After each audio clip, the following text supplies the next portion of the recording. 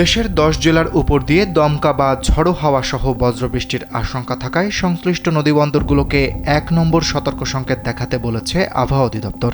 একই সঙ্গে বঙ্গোপসাগরে সৃষ্ট সুস্পষ্ট লঘুচাপের প্রভাবে আগামী কয়েকদিন দেশের বিভিন্ন অঞ্চলে বৃষ্টিপাতের প্রবণতা অব্যাহত থাকতে পারে বলে জানিয়েছে সংস্থাটি।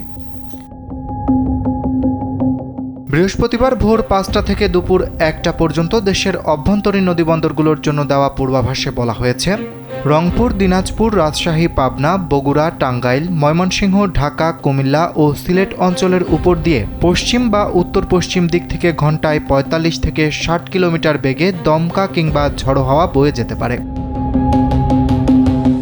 এ সময় অস্থায়ীভাবে বৃষ্টি অথবা বজ্রবৃষ্টির সম্ভাবনাও রয়েছে। এ কারণে এসব এলাকার নৌবন্দরগুলোকে 1 নম্বর সতর্ক সংকেত দেখাতে বলা হয়েছে।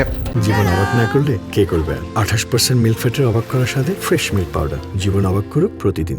এদিকে দক্ষিণ পশ্চিম বঙ্গোপসাগর ও তৎসংলগ্ন পশ্চিম মধ্য বঙ্গোপসাগরে অবস্থানরত লঘুচাপটি আরও ঘনীভূত হয়ে সুস্পষ্ট লঘুচাপে পরিণত হয়েছে।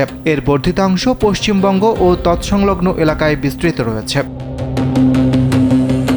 এই পরিস্থিতির প্রভাবে দেশের বিভিন্ন অঞ্চলে আগামী 5 দিন পর্যন্ত দমকা হাওয়া, বজ্রপাত ও ভারী বৃষ্টির আশঙ্কা রয়েছে বলে জানিয়েছে আবহাওয়া অফিস।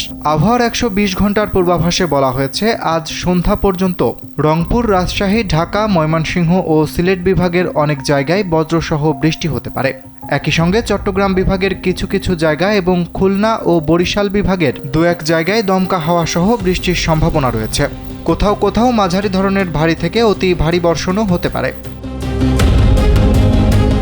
বিশেষ করে উত্তর অঞ্চল ও উত্তর পূর্ব অঞ্চলে বৃষ্টিপাতের প্রবণতা বেশি থাকতে পারে বলে জানিয়েছে আবহাওয়া অধিদপ্তর।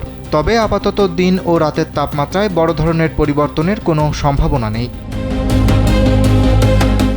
অরিত্র বাসু, কালবেলা।